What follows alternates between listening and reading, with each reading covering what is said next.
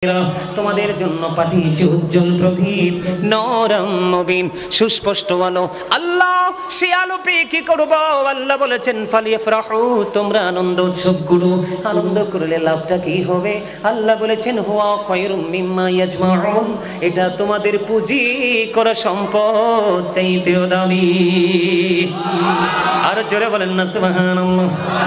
বন্ধুরে আমার, এই জন্য আমি ছোট্ট করে অনেক পুরনো একটা গজল আমি আপনাদেরকে একটুখানি শোনাইছিলাম বন্ধু। তার কারণ হলো গো, একটু মনটা দিয়ে শোনেন। আমাদের এই বাংলাদেশের বড় বড় শায়েখ, বড় বড় মৌলবীরা নবীজির মিলাদুন নবীকে বেদাত বলে ফতোয়া দেয়। তারা জানে না আব্দুল্লাহ ইবনে আব্বাস রাদিয়াল্লাহু তাআলা আনহু যখন পৃথিবীর বুকে আগমন করলেন, নূরানি শুভ আগমন হলো, পবিত্র বিলাদত মোবারক হলো। নবীজির বিলাদতের সঙ্গে সঙ্গে বন্ধু, যখন আব্দুল্লাহ ইবনে আব্বাস রাদিয়াল্লাহু তাআলা আনহু নবীজির আগমনকে কেন্দ্র করে উপস্থিত সবাইকে নিয়ে আজকে আমি আপনাদের সঙ্গে যেমন সুন্দর করে বলতেছি, ওই সময়ে কিন্তু এত সুন্দর পরিবেশ ছিল না। তারপরেও যেইটুকু ছিল এইটুকুতে বন্ধু নবীজির আগমন, নবীজির মিলাদ, নবীজির আগমন নিয়ে মিলাদ নিয়ে আলাপ আলোচনা করতেছেন। ঠিক এই মুহূর্তে আপনার আমার প্রাণের নবীর সঙ্গে সঙ্গে এই পরিস্থিতিটা দেখতে পেলেন। দেখে সঙ্গে সঙ্গে জানিয়ে দিলেন, রে আব্দুল্লাহ ইবনে আব্বাস, আমার মিলাদ নিয়ে আলোচনা করতেছো। আমি নবীর জন্য, আমি নবীর পক্ষ থেকে তোমাদের জন্য সুপারিশটা ওয়াজিব হয়ে গেল। আরো জোরে বলেন না সুবহানাল্লাহ। আমি আল্লাহর কসম করে বলছি, বাংলাদেশের আহলুস সুন্নাত ওয়াল জামাতের অন্তর্ভুক্ত কোন আলেম, সে হোক মসজিদের মুয়াজ্জিন, হোক মসজিদের সানি ইমাম, হোক সে মসজিদের খতিব, যে পরিমাণ শিক্ষা সে অর্জন করে সেটার পরিধির মধ্য থেকে সে কথা বলে। কখনো সুন্নিরা মানুষকে খুশি করার জন্য কথা বলে না, ঠিক কিনা বলেন? দেখবেন বাংলাদেশের মধ্যে ইতিহাস খুঁজে দেখেন বন্ধু, চট্টগ্রামের সুন্নি, কুমিল্লার সুন্নি, ঢাকার সুন্নি জামাত, যত সুন্নি জামাতের আলেম ওলামা আছে সবার কণ্ঠস্বর দেখবেন একই রকম। কথা বলে না কেন? কিন্তু যারা নবীর বিদ্বেষী, নবীর মিলাদের বিদ্বেষ পোষণ করে, দেখবেন তাদের এক একজনের কথা এক এক রকম। আপনারা কি এগুলো খেয়াল করেন না? আরো জোরে বলেন, খেয়াল করেন কিনা? বন্ধুরে আমার, আমি আপনাদেরকে বলতে চাই, আব্দুল্লাহ ইবনে আব্বাস রাদিয়াল্লাহু তাআলা আনহু যখন নবীজির বিলাদত নিয়ে যখন আলোচনা করলো, নবীজি শুনে এত বেশি খুশি হলো, নবীজি সঙ্গে সঙ্গে বলে দিলেন, তোমাদের জন্য আমি নবীর সুপারিশ ওয়াজিব হয়ে গেল। আরো জোরে জোরে বলেন না সুবহানাল্লাহ। বন্ধু, আপনারা জানেন কিনা জানি না, আমি আবু বকর ওমরের প্রেম নিয়ে বন্ধু আমি একটা গজল লিখেছি, ছোট্ট করে একটু শোনাবো, শোনাবেন নি? এখানে দেয় না, আতর দিতে হবে এইভাবে। আমার শুনবেন নি গজলটা? আপনার পারলে আমার সাথে একটু গাইবেন, বেশি গাইব না, তারপরে আবার আলোচনায় ঢুকবো। নবীজি কেমন করে বলো তোমায় দেখি, ওগো নবীজি কেমন করে বলো তোমায় দেখি, আছো তুমি ওই মদিনায়, আছো তুমি ওই মদিনায়, সঙ্গে নিয়ে দুই প্রেমিক সাথী, কেমন করে বলো তোমায় দেখি, দেখার আশা আমার মনে পুষে রেখেছি আপন করে, বলেন দেখার আশা আমার মনে পুষে রেখেছি আপন করে, পাই যদি গো নবী তোমার দিদার, শীতল হবে মোর দুটি আঁখি, কেমন করে বলো তোমায় দেখি, বলেন ওগো নবীজি কেমন করে বলো তোমায় দেখি। মারহাবা বলেন না? গজলটা অনেক লম্বা, এটা লিখেছিও আমি, শুরু দিয়েছি আমি। সম্মানিত উপস্থিতি, বিশেষ করে যুবক ভাইদেরকে বলবো, ইয়াং ম্যান যারা, তোমাদেরকে বলবো ভাই, রাসূলের প্রেমে শুধু আমি গাজী সুলাইমান শান গাই না, হাসান ইবনে সাবিত রাদিয়াল্লাহু তাআলা আনহু মসজিদে নববীর মিম্বরে দাঁড়িয়ে দাঁড়িয়ে নবীজির শান গেয়েছিলেন। আর আমার নবী খুশি হয়ে বলেছিলেন, আল্লাহ হাসান ইবনে সাবিতকে রূহুল কুদ্দুসের মাধ্যমে সাহায্য করো। জোরে জোরে বলেন না সুবহানাল্লাহ। আপনার নবীর প্রেমের শান হৃদয়ের মধ্যে আরো বেশি প্রেম কি করে জাগ্রত করে, ঠিক না ঠিক? আরো জোরে বলেন। আমার লেখাগুলো আপনারা খেয়াল করবেন, লেখাগুলো অত্যন্ত আমি সহজ ভাষায় লিখেছি, যেটা আপনিও চাইলে সুর দিতে পারেন। আসলে দুইজন প্রেমিককে সাথে নিয়ে নবীজি শুয়ে আছে না, আমি কিন্তু ওখানে গিয়ে নিজের চোখে দেখে এসেছি। এদের কত সৌভাগ্য। আমি একটু এক্সাম্পল দিব আপনাদেরকে, তারপর আবার মিলাদে ফিরে যাব। বন্ধুরে আমার, দুইজনের মধ্যে কত প্রেম ছিল আমার নবীকে নিয়ে। বন্ধুরে আমার, ও চট্টগ্রাম হামিদপুরের আমার ভাই, আমার বাবারা, মা গো হৃদয় খুলে শোনো গো, আমার বোনদেরকে বলবো হৃদয়ের জানালা খুলে তোমরা সবাই শোনো। কারণ 4-5 নবীর দুশমনেরা ঘিরে ফেলেছে, নবীর ইজ্জতের চাদর ধরে টানাটানি শুরু করেছে, ঠিক না ব্যাধি? এই জন্য বন্ধু আমি বলবো, নবীর সাথে প্রেম কেমন করে করতে হয় রে। তুমি যদি কোরআন হাদিস না বুঝো বন্ধু, আবু বকর এবং ওমর ওই দুইজনের দিকে একটু নজর দিয়ে দেখো। একদিন আমার নবীজি বললেন, ওমর তোমরা দিনের জন্য দান করো। দান করার কথা যখন বলল, যুদ্ধের নামটাই মুহূর্তে আমার মনে পড়তেছেন, একটা যুদ্ধের পূর্বক্ষণে বলছিলেন বন্ধু, তখন হ্যাঁ উহুদ না বন্ধুরে আমার, তখন আমার নবীজি যখন বললেন যে তুমি দান করো, এবার ওমর মনে মনে চিন্তা করলো, একটু খেয়াল করবেন নবীজির ভালোবাসা, নবীজির জবানের প্রতি তাদের মূল্যায়ন কত বেশি। তখন বন্ধু নবীজি যখন বললেন দান করো, এবার ওমর মনে মনে চিন্তা করলেন, আমার জীবনে কোনো দিন আমি আবু বকরকে হারাতে পারিনি, আজকে আমার কাছে দৌলত আছে, আমি নবীজির দরবারে দৌলত আমি দান করে আজকে আবু বকরকে হারাবো। বন্ধু তাদের মধ্যে নবীর প্রতি কেমন শ্রদ্ধা, কেমন ভালোবাসা ছিল রে। ও হামিদপুরের মানুষ, কেমন করে বুঝাইলে বুঝবা বন্ধু। এবার আবু বকরও আসলেন তার সম্পদ নিয়ে, হযরত ওমরও আসলেন তার সম্পদ নিয়ে। ওমরকে নবীজি ডাক দিলেন, ওমর কাছে আসলেন, ইয়া রাসূলুল্লাহ। আসার পরে ওমরকে ডাক দিয়ে বললেন, ওমর তুমি কতটুকু তোমার ফ্যামিলির জন্য রেখে এসেছো? নবীজি খবরটা জানে কি জানে না? জানার পাওয়ার আল্লাহ দিছে কি দিছে না? না হয় নবীজি কেন আগে প্রশ্ন করলেন যে তুমি কতটুকু ফ্যামিলির জন্য রেখে এসেছো? ওমর একটা ডাক দিয়ে বললেন, ইয়া রাসূলুল্লাহ, ইয়া হাবিবাল্লাহ, নবী গো, আমি আমার ফ্যামিলির জন্য অর্ধেক রেখে এসেছি, আর অর্ধেক আমি আপনার কাছে নিয়ে এসেছি। এবার আবু বকরকে ডাক দিলেন, আবু বকর কাছে এসে আবু বকর বললেন, ইয়া রাসূলুল্লাহ, ইয়া হাবিবাল্লাহ, নবী গো, আমি আমার যেটুকু সম্পদ ছিল সবটুকু নিয়ে এসেছি, তোমার ফ্যামিলির জন্য তুমি কি রেখে এসেছো? এবার হযরতে আবু বকর সিদ্দিক রাদিয়াল্লাহু তাআলা আনহু একটা ডাক দিয়ে বলল, ইয়া রাসূলুল্লাহ, ইয়া হাবিবাল্লাহ, নবী গো, আমি আমার ফ্যামিলির জন্য কিছু রাখিনি, আমি আল্লাহ এবং আল্লাহর হাবিবকে রেখে এসেছি। জোরে জোরে বলেন না সুবহানাল্লাহ, আরো জোরে বলেন না সুবহানাল্লাহ।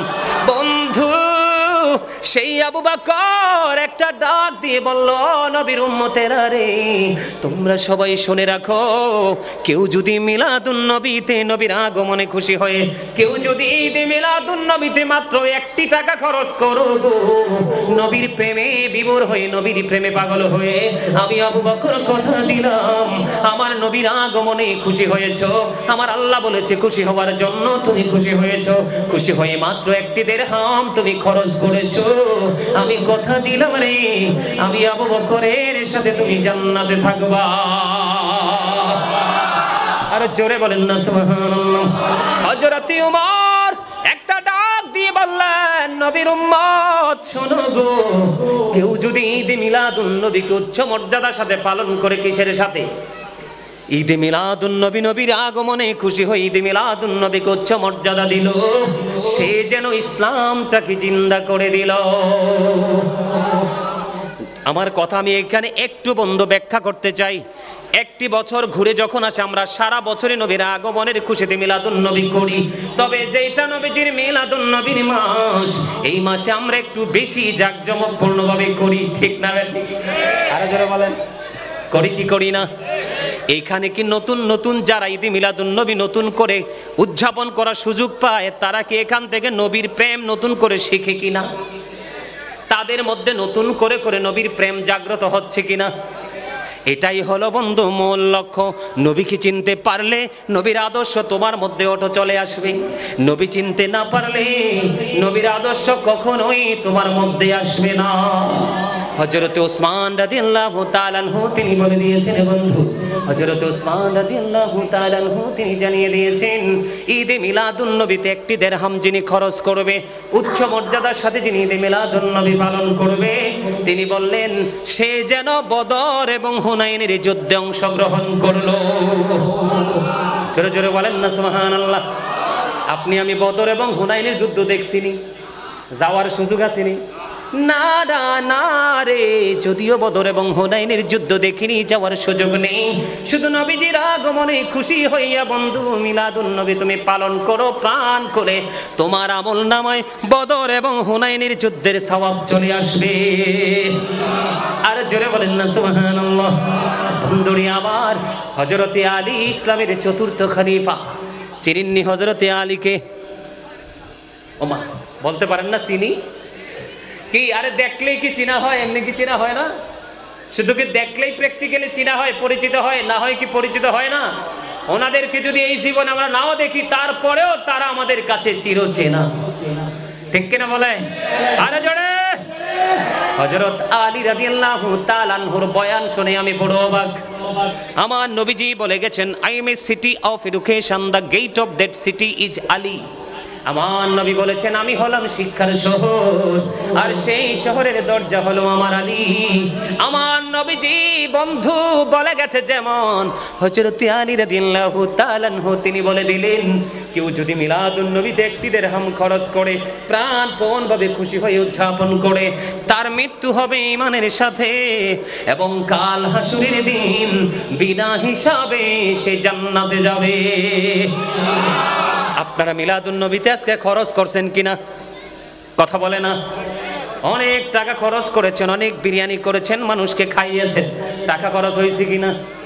আপনারা জানেন না, আমাদের দেশের কথিত মৌলবীরা, নবীর দুশমনেরা, ইয়াজিদের প্রেতাত্মারা নবীর প্রেমের গল্প নাকি তারা খুঁজে পায় না, কারণ নবীর প্রেমের গল্প প্রেম দিয়ে না খুঁজলে পাওয়াও যায় না, ঠিক না বেঠি? আর জোরে, আপনি যদি প্রেম করতে হয় কারো সাথে, তার চেয়ে বড় প্রেমিক আপনাকে আমাকে হতে হবে, তাহলেই সাকসেস হতে পারবো, না হয় না বন্ধু। হযরতে হাসান বসরি রাদিয়াল্লাহু তাআলা আনহু তিনি বলে দিয়েছে, আমার কাছে যদি উহুদ পাহাড় পরিমাণ যদি স্বর্ণ থাকতো গো, আমি আমার ওই উহুদ পাহাড় পরিমাণ স্বর্ণ নবীজির মিলাদে আমি খরচ করে দিতাম। জোরে জোরে বলেন না সুবহানাল্লাহ। আর জোরে বলেন সুবহানাল্লাহ।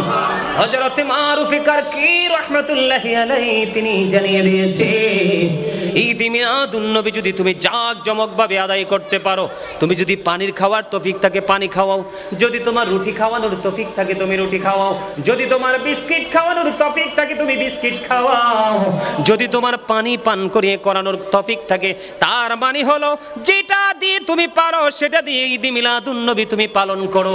খুশি হয়ে মানুষকে তাবারক হিসাবে কিছু খাওয়ার ব্যবস্থা করে দাও। তিনি বলে দিয়েছেন, ওই ব্যক্তিগুলো যেমনি ভাবে পৃথিবীর বুকে নবীর প্রেমে বিভোর হয়ে তারা ঈদ মিলাদুন নবী পালন করেছে, বন্ধু তারা আল্লাহর প্রিয় বান্দাদের সাথে তাদের হাসর হবে। জোরে জোরে বলেন না সুবহানাল্লাহ।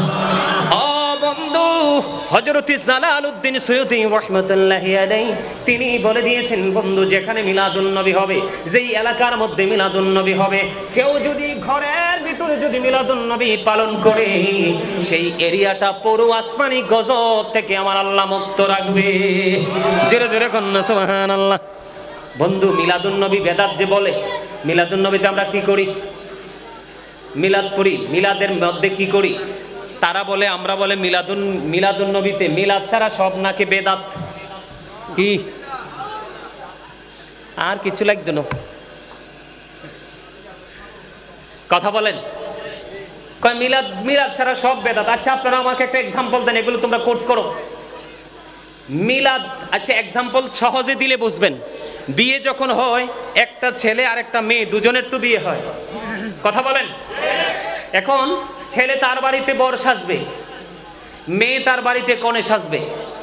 দুজন কি দুই ঘরে কি সেজেগুজে বসে থাকলেই চলবে, নাকি বিয়েটাকে সম্পূর্ণ করার জন্য আনুষঙ্গিক যা আছে সব করা লাগবে? করা লাগবে না? ছেলে আসতে হবে বর সেজে গাড়িতে করে যাত্রী নিয়ে, আর মেয়ে পক্ষের তারা খাওয়ানোর জন্য কি করতে হবে? প্রস্তুত হতে হবে। তো এখনকার যুগের মৌলবীরা এমন ভাবে ফিতনা সৃষ্টি করতেছে, মনে হয় যেন বিয়ের দিনে শুধু দুই ছেলে আর মেয়ে শুধু সেজে গুজে বসে থাকবে আর কবুল বলবে, এটাই তাদের জন্য জায়েজ, আর যা আছে ভিতরে সব বেদাত। তাদের মেন্টালিটিটা এমন দেখা যায়। আচ্ছা কেন বললাম এই কথাটা? মিলাদুন নবীতে মিলাদ শুধু জায়েজ আর সব বেদাত। আচ্ছা বেদাত যে বললো, মিলাদুন নবীতে কি আমরা দুরূদ পড়ি না, জিকির করি না, কোরআন তেলাওয়াত করি না, মানুষকে খাওয়াই না? তাহলে কোন যুক্তিতে বেদাত বলে তারা বলেন তো? মানে এরা নিজেদেরকে যে কি মনে করে আমার মাথায় ধরে না। আমি সেই বিষয় নিয়ে আলোচনা পরে করব। এর আগে আমি একটু বিষয় আপনাদের সামনে শেয়ার করতে চাই। এরা মনে করে নবীজি তাদের মতোই। নাউজুবিল্লাহ বলেন না। এরা কি মনে করে?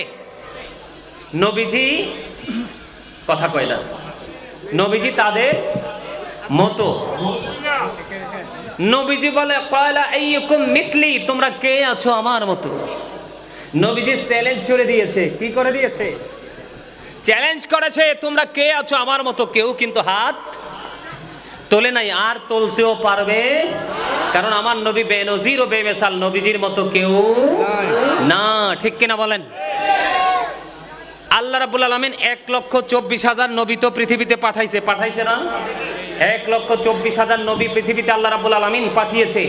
এর মধ্যে সৃষ্টির ইতিহাসে বিরল হলো আপনার আমার নবীর আগমনের মুজিজা। আরো যারা বলেন ঠিক না? ঠিক। আমার নবীজির আগমনের মুজিজা।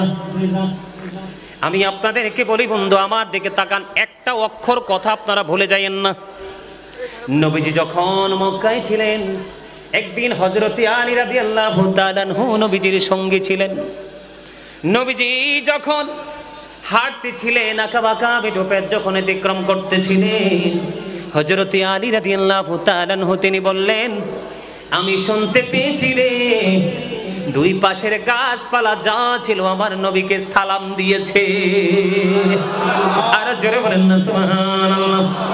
আমি বিশ্বাস করি এখনকার যুগের মৌলবীরা যেভাবে নবীর বিদ্বেষ ছড়িয়ে দিচ্ছে মানুষের মাঝে, নবীকে ছোট করছে, নবীজির আগমনকে বন্ধু স্বীকার করতে চায় না, ওই কথিত আলেমগুলো সেই সময় থাকলে এটাকেও বেদাত বলে দিত।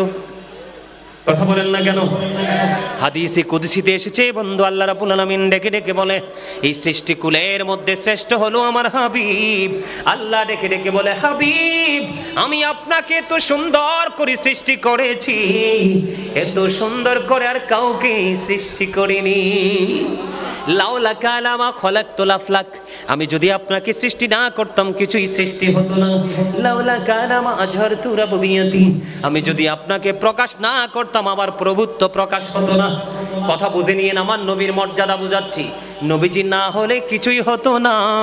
নবীজি যদি সৃষ্টি না হতো, আল্লাহ রাব্বুল আলামিন বলতেছে, আল্লাহ যে একজন প্রভু আমাদের স্রষ্টা আছে সেটাই আমরা জানতাম না। রাসূল বলতেছে, আনা নূরুম মিন নূরিল্লাহি ওয়া কুল্লু শাইইন মিন নূরি। আল্লাহ রাব্বুল আলামিন, আল্লাহর হাবিব বলতেছেন, আমি আল্লাহর নূর থেকে, সৃষ্টির সব কিছু আমি নবীর নূর থেকে।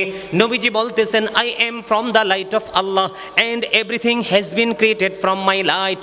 আমি হলাম আল্লাহর নূর থেকে, সৃষ্টির প্রত্যেকটা বস্তু আমি নবীর নূর মোবারক থেকে। সুবহানাল্লাহ বলেন, আরো জোরে বলেন সুবহানাল্লাহ। মদিনাতুল মুনাওয়ারায় হযরত জাবের রাদিয়াল্লাহু তাআলা আনহু প্রশ্ন করলেন, ইয়া রাসূলুল্লাহ, ইয়া হাবিবাল্লাহ, নবী গো, আল্লাহ রাব্বুল আলামিন সর্বপ্রথম কোন জিনিস সৃষ্টি করেছে? আমার নবীজি জানিয়ে দিয়েছেন, কুনতু নাবিয়্যা ওয়া আদামু বাইনার রূহি ওয়াল জাসাদ। আমার নবী বলেছেন, I was A profit when Adam was mixture of water and mud. আমি ওই সময় নবী ছিলাম যেই সময় আদম পানি এবং কাদামাটির মধ্যে, রুহু এক জায়গায় দেহ এক জায়গায়, এখনো আদম হয়নি, তখনও আমি নবী ছিলাম। বন্ধু, তাফসীর রুহুল বায়ানের 3য় খণ্ড 543 পৃষ্ঠা উল্লেখ রয়েছে, হযরতে আবু হুরায়রা রাদিয়াল্লাহু তাআলা আনহু থেকে হাদিস কেন বর্ণিত। আমার নবীজি জিবরাইলকে প্রশ্ন করলেন, ভাই জিবরাইল তোমার বয়স কত? এবার জিবরাইল ডেকে ডেকে বললেন, ইয়া রাসূলুল্লাহ, ইয়া হাবিবাল্লাহ, নবী গো, আমার বয়স কত আমি বলতে পারবো না, তবে আমি আমার জীবনের একটা ঘটনা আমি আপনাকে বলে দিতে পারবো। ও বন্ধু জিবরাইল, ও ভাই জিবরাইল বলে দাও। জিবরাইল এবার ডেকে ডেকে বলতেছেন, ইয়া রাসূলুল্লাহ, 4র্থ আসমান মতান্তরে 7ম আসমানের উপর একটা তারা আমি ওঠা অবস্থায় দেখেছি 70,000 বছর, অস্তমিত অবস্থায় দেখেছি 70,000 বছর, আমি এটা আমার জীবনে 72,000 বার দেখেছি। এবার জিবরাইলকে আমার নবী একটা ডাক দিয়ে বললেন, ও জিবরাইল, আমি আল্লাহর ইজ্জতের কসম করে বলছি রে, ওই তারাটাই ছিলাম আমি নবী। আল্লাহ রাব্বুল আলামিন আসমান, জমিন, চন্দ্র, সূর্য, গ্রহ, নক্ষত্র যা কিছু সৃষ্টি করেছেন, 18,000 মাখলুকাত, 80,000 আলম, সব কিছুর ক্ষেত্রে আমার আল্লাহ খলাকা শব্দ ব্যবহার করেছে। তার মানে সৃষ্টি কি? আল্লাহ বলেছেন সব কিছু সৃষ্টি করেছে। আর আপনার আমার নবীর ক্ষেত্রে আল্লাহ রাব্বুল আলামিন বলেছেন, ওয়ামা আরসালনাকা ইল্লা রাহমাতাল লিল আলামিন। এখানে সবচেয়ে বড় মজার বিষয়, ও বন্ধু, এখানে একটা শব্দ বোঝানোর জন্য এখানে আল্লাহ বলেছেন আরসালনাকা। কি বলেছেন? আরসালনাকা। আল্লাহ বলেছেন আমি পাঠাইছি। কি করেছি? নবীজি 570 খ্রিস্টাব্দে রবিউল আউয়াল চন্দ্র মাসে পৃথিবীর বুকে এসেছে। এটাই নবীর, ওই দিনে নবীজির সৃষ্টি নয়, ওই দিনে নবীজির জন্ম নয়। নবীজির জন্ম কোন দিন এই তত্ত্ব সৃষ্টির কাছে নাই, স্বয়ং এটার খবর একমাত্র আল্লাহর কাছে। তার মানে রবিউল আউয়াল চন্দ্র মাসের 12 তারিখে মা আমেনার নিবৃত জীর্ণ কুটিরে আমার নবীজির সেদিন আগমন হয়েছে। শুধু এখানে ক্ষান্ত নয়, আল্লাহ রাব্বুল আলামিন আরো বলেছেন, ওয়ামা আরসালনাকা ইল্লা কাফাতাল লিন্নাসি বাশীরাও ওয়া নাযীরা। আল্লাহ রাব্বুল আলামিন বলেছেন মানব জাতির নিকট আল্লাহর হাবিবকে আল্লাহ রাব্বুল আলামিন সুসংবাদদাতা এবং ভয় প্রদর্শক হিসেবে পাঠিয়েছেন। এখানে আল্লাহ বলেছেন, ওয়ামা আরসালনাকা ইল্লা কাফাতাল লিন্নাস। আল্লাহ এখানেও কিন্তু আরসালনাকা শব্দ ব্যবহার করেছে। তার মানে এখানেও আল্লাহ রাব্বুল আলামিন প্রমাণ করেছে যে আমি আমার হাবিবকে পাঠাইছি। সুবহানাল্লাহ বলে না? আরো জোরে, আরো জোরে। গরম বেশি লাগে, গরম বেশি লাগে। প্রেমিকের আরো খিদা আছে, প্রেমিকের গরম আছে, প্রেমিকের ঘুম আছে, প্রেমিকের তৃষ্ণা আছে, আছে। ও নবীর প্রেমিকেরা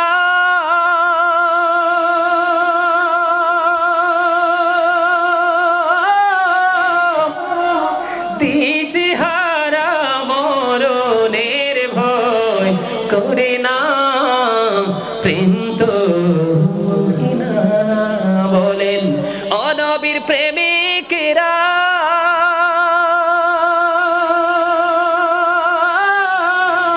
দিশেহারা মরণের ভয় করে না, প্রেম তো মরে না। মারহাবা। আমার সাথে সুর দিতে পারেন না? আরে আমি যখন ওয়াজ শিখবো, বুঝছেন নি, বক্তা হমু, তখন কিন্তু আমি এরকম একজন বক্তা খুঁজে পাই নাই। আমাদের সময় কিন্তু এত ঘন ঘন মাহফিল ছিল না। আমরা যখন ছোট তখন কিন্তু 4-5 গ্রাম পরে মিলে একটা মাহফিল হইতো না। ভুল কইছি ভাই? কি বলেন? কিও ঠিক না? এখনকার যেরকম এখনকার ছেলেদের নবীর প্রেম ইসলাম সম্পর্কে জানা একবারে সহজ। আমাদের সময়টা অত সহজ ছিল? প্রেম কি মরে? কথা বলেন, প্রেম কি মরে? প্রেম কখনোই মরে, প্রেম কখনোই মরে।